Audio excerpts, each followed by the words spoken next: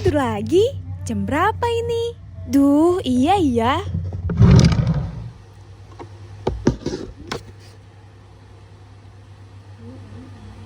Who am I? Hai, aku Tania. Aku mahasiswa akhir jurusan DKV Universitas Macung, Malang. Nah, sebagai anak DKV dan mahasiswa akhir, tentunya udah sering banget nih dapat pertanyaan-pertanyaan dari orang tentang DKV itu apa, kemudian profesinya nanti seperti apa. Maka dari itu, di sini aku akan menjelaskan sedikit tentang profesi yang akan aku minati setelah lulus nanti. Profesi yang aku minati yaitu desainer grafis. Desainer grafis merupakan suatu profesi yang bergerak di bidang komunikasi visual dengan memanfaatkan elemen visual seperti warna, tipografi, ilustrasi, dan juga tata letak untuk menyampaikan pesan secara efektif kepada audiens.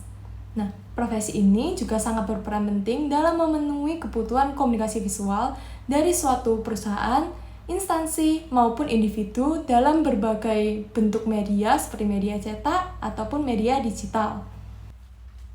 Untuk job desk-nya, seorang desainer grafis bertujuan untuk merancang dan mengembangkan materi visual sesuai dengan permintaan, kebutuhan, dan juga tujuan dari perusahaan ataupun klien. Nah, untuk job desk utamanya yaitu menerima dan memahami brief, kemudian merancang konsep desain, kemudian menata tata letak, dan juga yang terakhir pastinya menjalankan proses revisi hingga desain siap untuk diproduksi ataupun dipublikasikan. Nah, selain itu, desainer grafis juga bertanggung jawab untuk menjaga konsistensi dari identitas visual, kemudian menjaga kualitas desain, dan juga memastikan bahwa hasil desain sesuai dengan media yang digunakan. Kualifikasi yang dibutuhkan di profesi ini mencakup kemampuan teknis dan juga non-teknis. Nah, secara teknis, desainer grafis diharapkan memiliki kemampuan atau pemahaman dalam penggunaan perangkat lunak desain seperti Adobe Illustrator dan juga Adobe Photoshop ataupun perangkat lunak lain pendukung lainnya. Nah, selain itu, desainer grafis juga diharapkan memiliki pemahaman yang mendalam tentang prinsip desain seperti warna, tipografi, dan juga komposisi visual. Nah, untuk di sisi non-teknisnya, desainer grafis diharapkan untuk memiliki komunikasi yang baik, dapat berkomunikasi yang baik dengan klien maupun dengan rekan kerja. Selain itu juga diharapkan untuk dapat memanajemen waktu dengan baik, kemudian dapat bekerja sama baik secara mandiri ataupun dengan tim, dan yang paling terpenting yaitu memiliki kreativitas. Proses perancangan desain pada umumnya diawali dari penerimaan brief dan diskusi dengan klien untuk memahami tujuan dan kebutuhan yang diinginkan oleh klien. Nah, pada tahapan awal, desainer akan melakukan riset dan juga perancangan konsep desain. Konsep desain tersebut nantinya akan dieksekusi dalam bentuk sketsa manual ataupun bisa langsung pada perancangan desain secara digital. Nah, hasil desain tersebut nantinya akan diajukan kepada klien. Klien akan melakukan review dan memberikan masukan kepada desainer. Di sana, desainer akan langsung melakukan tahap revisi sesuai dengan masukan yang telah diberikan hingga hasil akhir yang telah disetujui.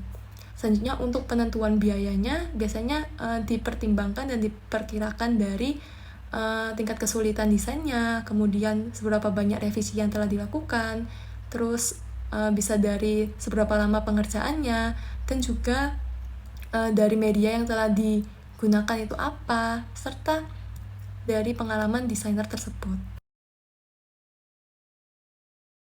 Etika dalam profesi desainer grafis mencakup kepatuhan terhadap kode etik profesi, seperti kejujuran, profesionalitas, dan tanggung jawab atas karya yang dihasilkan. Nah, dalam memilih proyek, desainer perlu mempertimbangkan nilai moral dan hukum agar tidak melanggar norma atau merugikan pihak lain.